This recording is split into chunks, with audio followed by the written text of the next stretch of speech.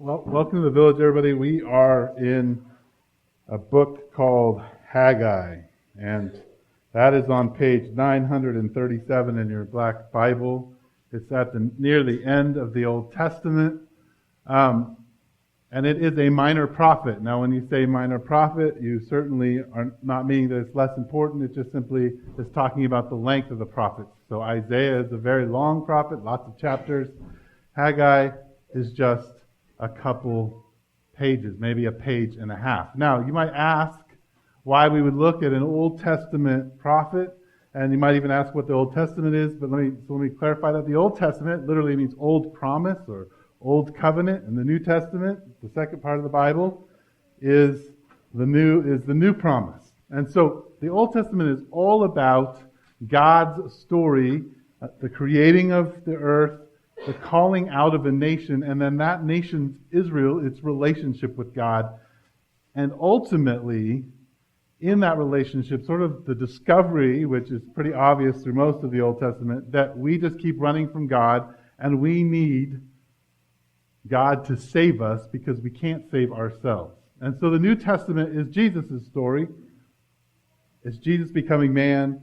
It's Jesus literally becoming Israel, God becoming Israel and fulfilling what Israel could not do. He steps in and he dies for you and I, and he raises from the dead. And so those are kind of, these two stories make up the Bible. Now Haggai, it's an interesting story, and you might ask, okay, well, why are we doing this? Well, it's the beginning of the year, and when we started the year, I asked how many of you make resolutions, and like 2 of you raised your hand.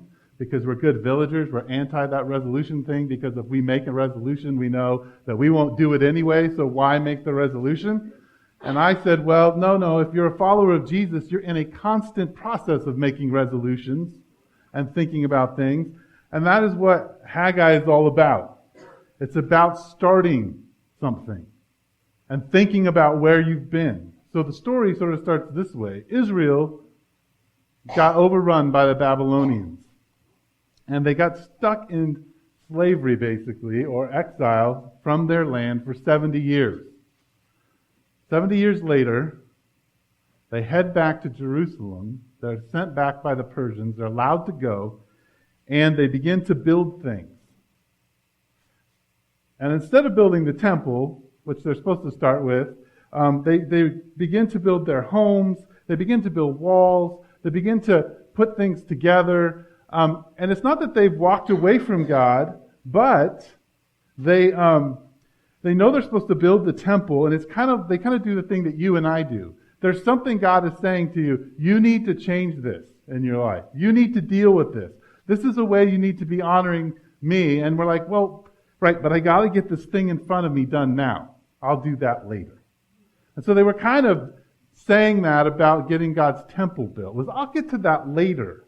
Right? All of us have these, I'll get to that later things in our life that God just sort of is whispering in our ear. You need to get to this. And we're like, well, but first I need to do this thing in front of me.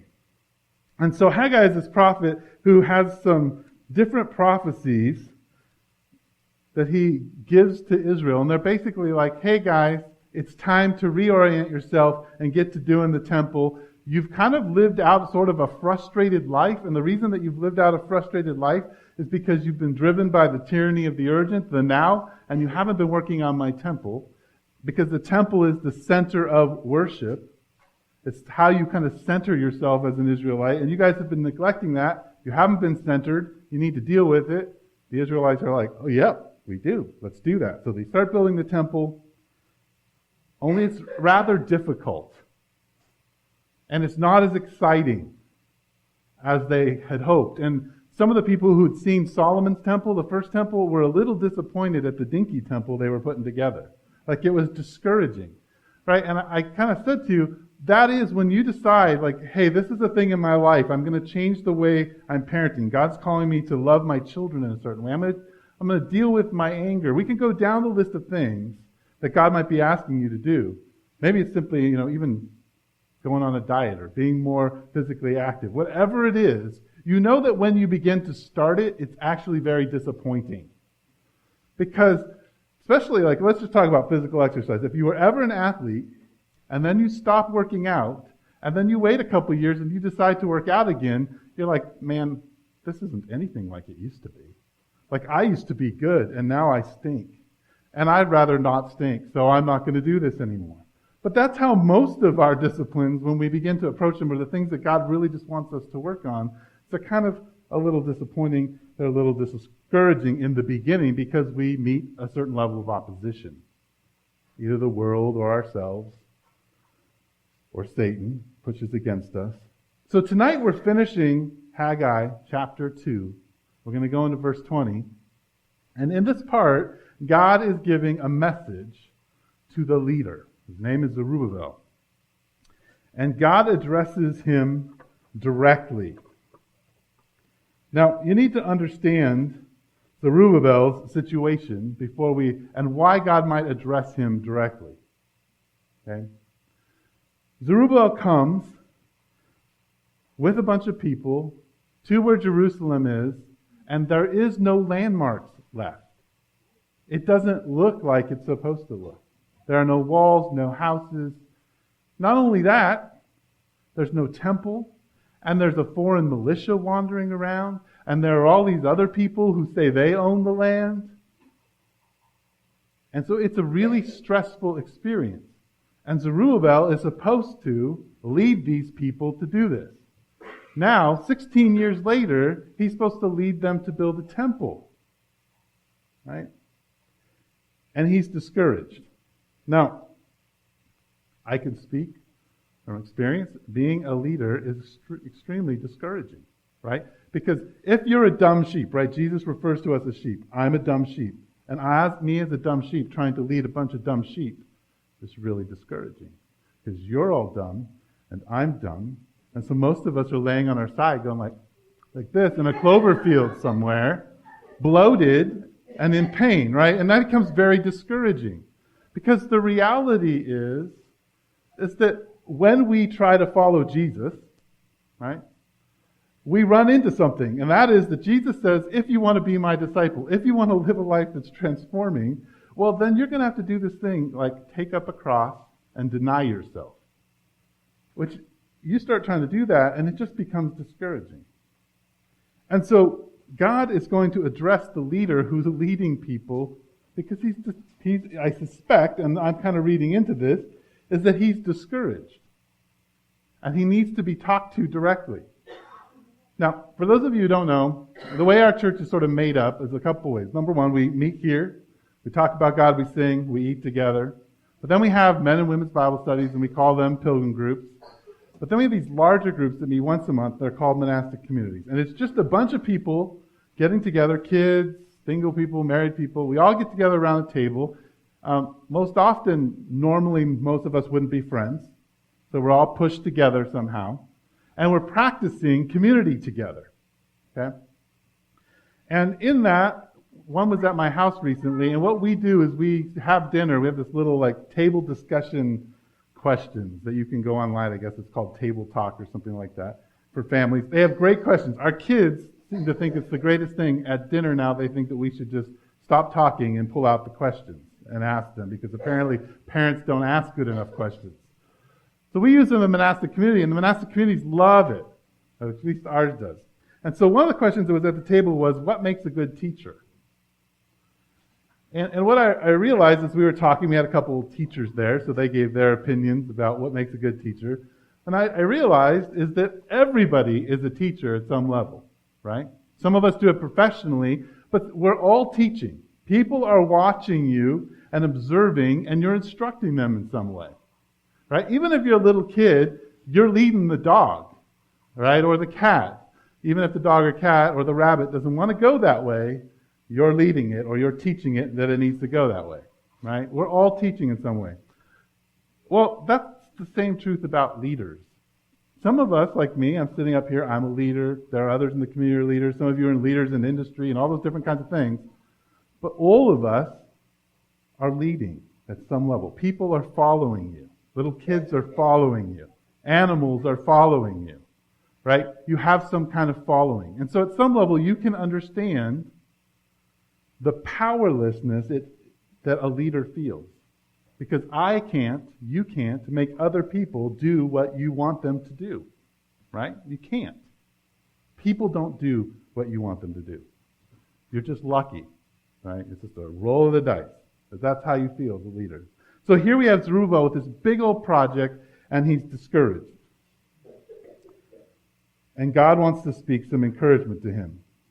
Before we get to that though, I want to just take a little rabbit trail very quickly, because I know some of you are relatively new with us at the village, and so I need to introduce you to my favorite verse, right? This may or may not have anything to do with sermon tonight, but I feel like I need to tell you this, okay? So I'm going to quickly turn to Hebrews chapter 10, verse 24 and 25, and I want to read it to you very quickly.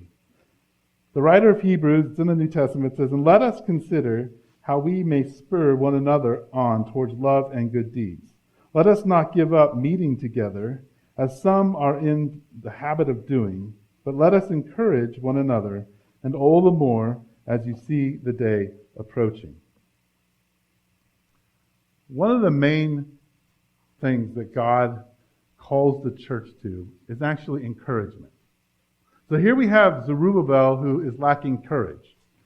My guess is most of you find yourself in places in life, at least on a daily basis, if not on a weekly basis, where you lack courage in the things that God is calling you to do. Right? But Hebrews 10, 24 and 25 says that you and I have to get together. And the reason that we have to get together is that we need to consider one another. Like the community of God needs to be the place where we're thinking about each other to the point where we're irritating each other onto love and good deeds. Irritating people is easy. Irritating people onto love and good deeds is difficult. Right?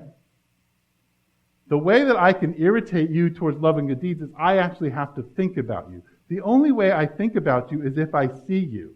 Right? The only way you think about me often is if you see me. So coming on Sunday night, going to Pilgrim Group, going to monastic community, getting inside each other's homes, that is the way that you find encouragement. If people are actually saying, what does Eric Siepen need?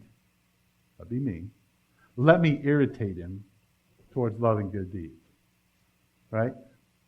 And if you do that, then you're doing what God, I think, does for Zerubbabel. He sees that Zerubbabel is in a place where he is discouraged, and he speaks to him. Now, before we get to what he says, I want to explain to you the situation that most of us find ourselves in when we're discouraged, and why. Especially when it's you setting out to do what God's called you to do in your life. From parenting, to your marriage, to a job, to facing somebody you're afraid of, to dealing with things in your life you've just resisted, all those things. If you imagine an hourglass, and you turn it sideways, and on one side of that hourglass is just you living your happy life, and then God says, hey, you need to work on this thing, and come follow me. So what he says is, to follow me, you're going to have to squeeze through the middle of the hourglass. See, most of us find ourselves in our discouragement squeezed in the middle of the hourglass, right? With our feet dangling out one side, and our hands dangling out the other, going, oh, shoot, God, like how do we follow you? That's where discouragement happens. That's why the community of God is here, to speak each other through the middle of the hourglass. And here's what God says to Zerubbabel to encourage him. Verse 20, the word of the Lord came to Haggai a second time on the 24th day of the month. Tell Zerubbabel, governor of Judah, that I will shake the heavens and the earth. I will overturn royal thrones and shatter the power of the foreign kingdoms. I will overthrow chariots and their drivers, horses, their riders will fall, each by the sword of his brother.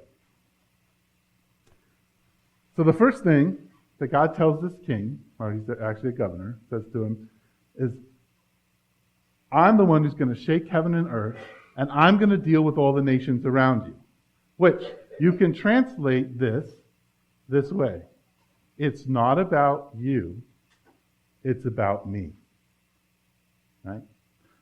It's not about you, it's about me.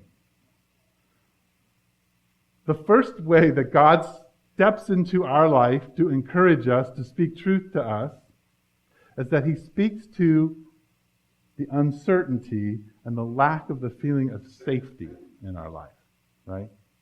Most of us really, really long to be safe. The world doesn't seem safe.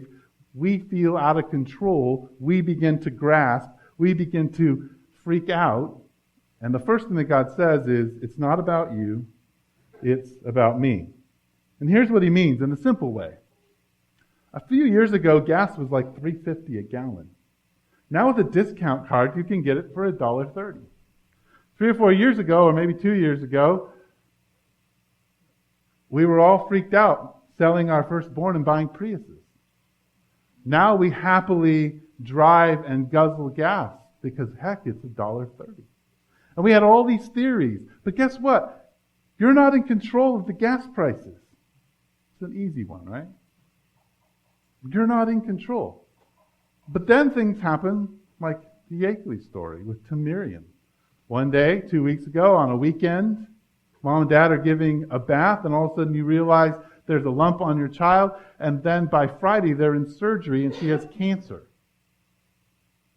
You're not in control. We're not in control.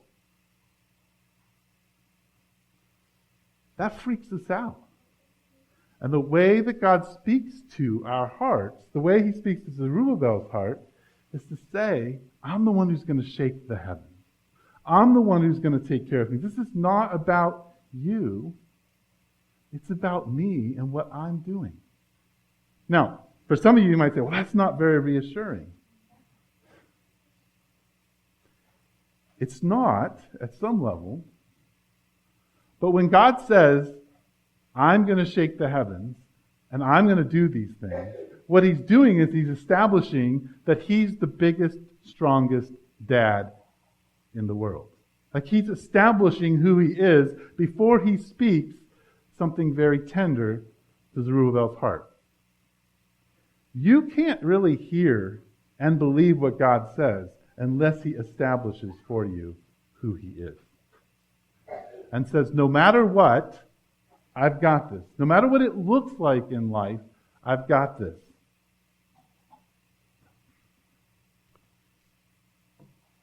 And so he speaks to probably Zerubbabel's kind of freaking out about all the people trying to interfere with the building of the temple and all the people trying to stop the Israelites from building Jerusalem up. And then he speaks to Zerubbabel's heart in verse 23. On that day, declares the Lord Almighty, I will take you, my servant Zerubbabel, son of Shealtiel, declares the Lord, and I will make you like my signet ring, for I have chosen you, declares the Lord Almighty.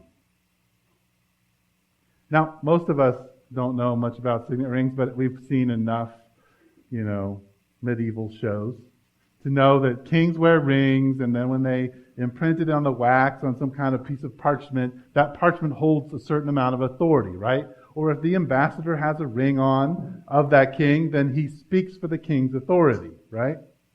So, it seems just in the easy reading of this, if we know nothing about the Old Testament, that at least what God is saying to Zerubbabel is that I'm behind you. Whatever you decide to do, I'm with you. Right? I'm with you. Which is a good thing. If God says, I'm the biggest, and it's not about you, it's about me, and then the next thing he says is, I'm standing with you, that seems to be good. But here's the thing. All of us have a story. You hear this at the village all the time. All of us have a story. Yes, you have a story. The things in your past make up your identity and who you are. The good experiences, the bad experiences, the choices you've made, and they affect the way that you filter reality in front of you. Okay? So as you're in these places of discouragement where you're like, okay, God's calling me in this direction and I'm headed here, discouragement comes from a filter usually of what we understand about life and what we believe about ourselves. And from reading Haggai, you might not know Zerubbabel's story. So let me tell you about Zerubbabel's grandfather, and then we can kind of conjecture about how Zerubbabel might feel. You see, 70 or 80 years, or probably 90 years earlier, Zerubbabel's grandfather was an absolute, donkey, right?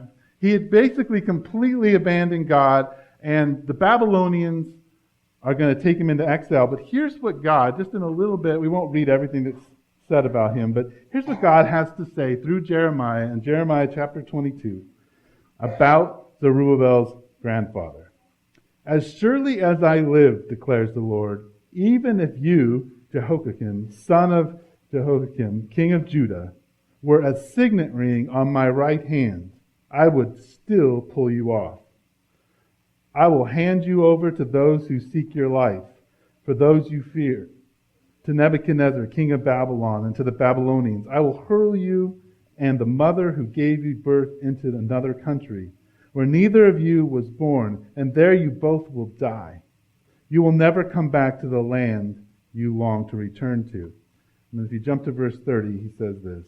This is what the Lord says. Record this man as if childless, a man who will not prosper in his lifetime, for none of his offspring will prosper. None will sit on the throne of David or rule anymore in Judah. So here we have Zerubbabel. His grandfather has a curse. Well, Hebrew men and women take curses and blessings as important things that get passed on, but they take curses and blessings that are given to your family by God really seriously. So here you have Zerubbabel trying to build the temple as the governor, not the king, knowing that his grandfather is cursed, and basically God said to his grandfather, it's it, I'm done with you, and your descendants aren't going to sit on the throne. It's done, it's over. And so in this little message to Zerubbabel, God says, guess what? I'm involved in your story. And though your grandfather has a curse, I'm going to change everything. My grace is going to change. So you know what I said to your grandfather? If he was a signet ring, I would yank him off and throw him away. You know what I'm going to say to you? More than you are my signet ring. So he speaks to the doubt I suspect that Zerubbabel has even about his ability to lead. He speaks to that. He says, this is who you are. Now here's the thing. When you're discouraged, two questions you have. One is, am I safe? And two, am I significant? As I wrestle with the things that God's called me to wrestle with, do I matter at all? Does he actually care? Well, as we watch how he interacts with Zerubbabel, we know that the answer is yes. God cares. But it goes on even more. I'm not going to read this, but if you go to Matthew chapter 1, verse 12, you will see in the genealogy of Jesus, guess who shows up? Zerubbabel's grandfather and Zerubbabel. And if you go to Luke chapter 1, verse 32, and you read the story of the angel Gabriel talking to Mary about Jesus, who's now in the line of Zerubbabel, the God of the universe, he says, guess what? Jesus is going to sit on the throne of David forever. So what is said by God to Zerubbabel to speak into his story is, guess what? I'm behind you. I have removed the curse. I'm with you. And you're at the beginning of things. You're starting things. You see, all that shaking the earth and crushing the enemies, what he's saying is, guess what? You are beginning me entering in and transforming everything. You matter. You're important. Keep doing what you're doing. Keep moving. Now, as we walk through Haggai, I've given you a couple assignments. Right? One of the reasons I've been giving assignments is the leaders, a couple of them anyway, there might be a battle in the leadership as to if this is true, said, we need more assignments. Some said, no, we don't. Others said, yes. So I went with the yeses. And so I gave you a couple of assignments. One of the assignments, and I'm just going to remind you of them very quickly, was to write 20 prayers. 20 prayers that kind of dealt with yourself, your family, the larger community of this church. That you'd pray all year.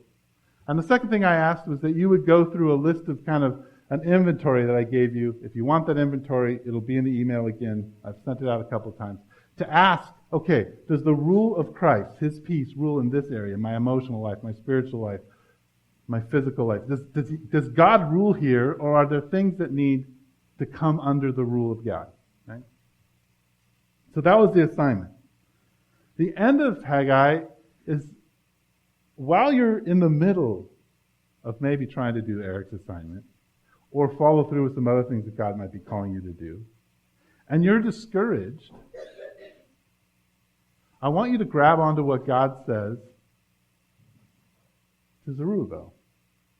He says, you're safe. I'm the big guy. It's not about you.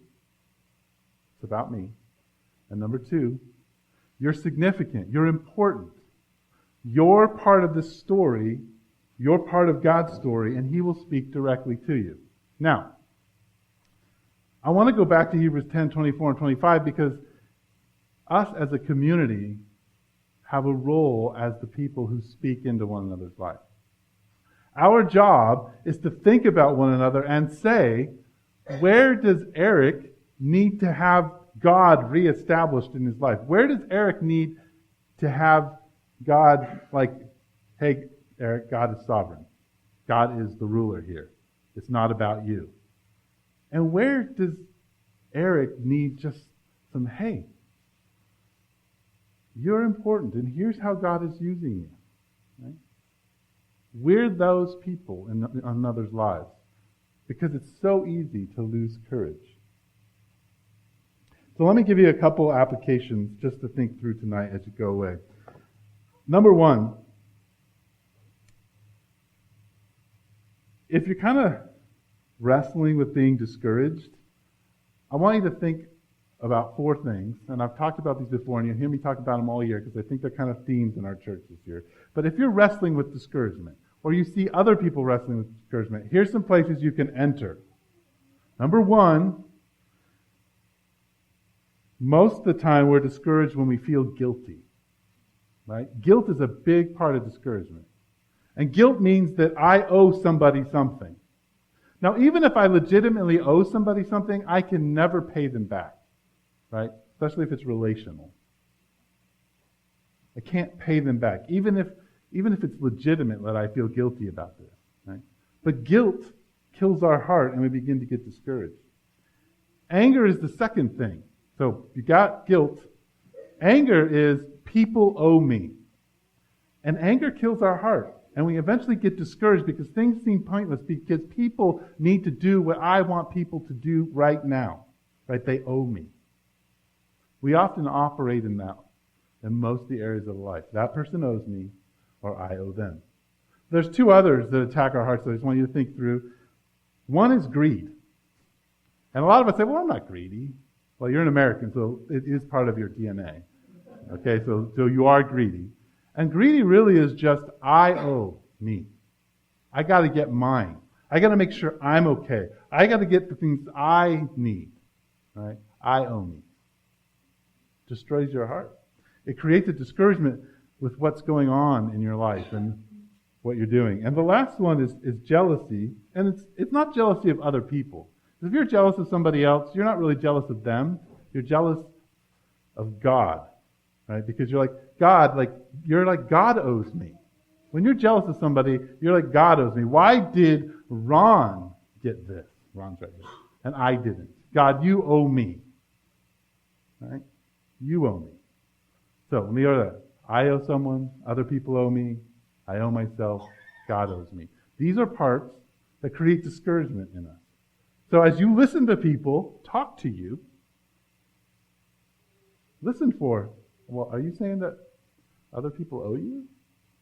You feel like you owe that person? Like, listen for these. Think about in your own life when you're feeling these emotions as you wrestle with things. So, we're finished with Haggai. And I just want to kind of let you know kind of what's going to happen for the next year or so.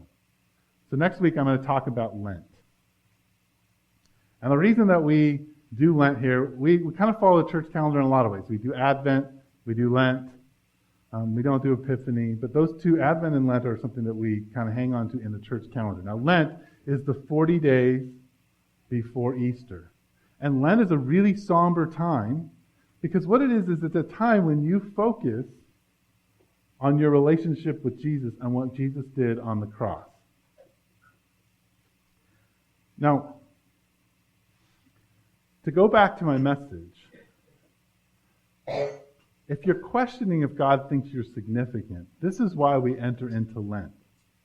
Because the God of the universe came and was fully man and fully God, and He died for you. He poured out His heart and His life and everything for you. So for us to understand our significance on a regular basis, we have to be in the process of reflecting on what Christ has done on the cross for us. So that's why we take Lent seriously. And in Lent, basically what you do is you choose something to add or something to abstain from, usually something to abstain from, so that you're creating space to reflect. Right?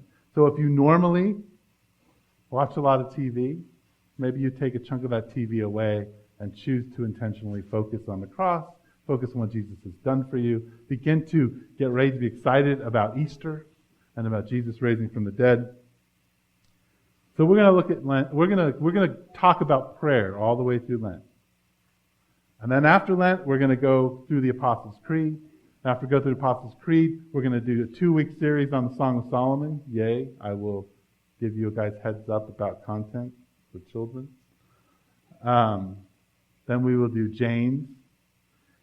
And I think James is how we're rounding out and then we're going to do the spiritual gifts at the end of the year. So that's kind of how everything lays out. I have a watch now. My kids gave me a watch. All right, awesome. Thank you, kids.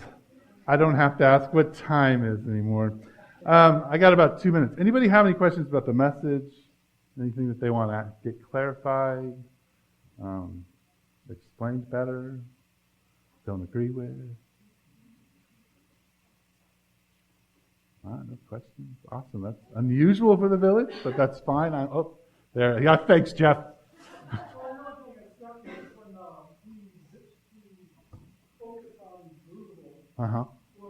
It's also a stamp of approval from God. Yes. And listen to Zerubbabel. I know what his grandfather did, but he's my man. That's right. So in a moment of Zerubbabel's crisis where people may not be taking him seriously, yes, God said, you need to take this man seriously, which is a great encouragement to have the God of the universe say, take him seriously. Anybody else got anything else they want to say? All right, let's pray. Father in heaven, we want to first praise you for what you did in Miriam's life, and we just want to continue to lift her up to you and ask that you would continue the healing process and that the chemotherapy would be super, super minimal. And God, just ask for a complete healing in her life. And as the family goes through this process, I just ask that you would give them endurance and faith and joy in the midst of all of that. God, thank you for this community, and I just pray that you would bless the rest of our time.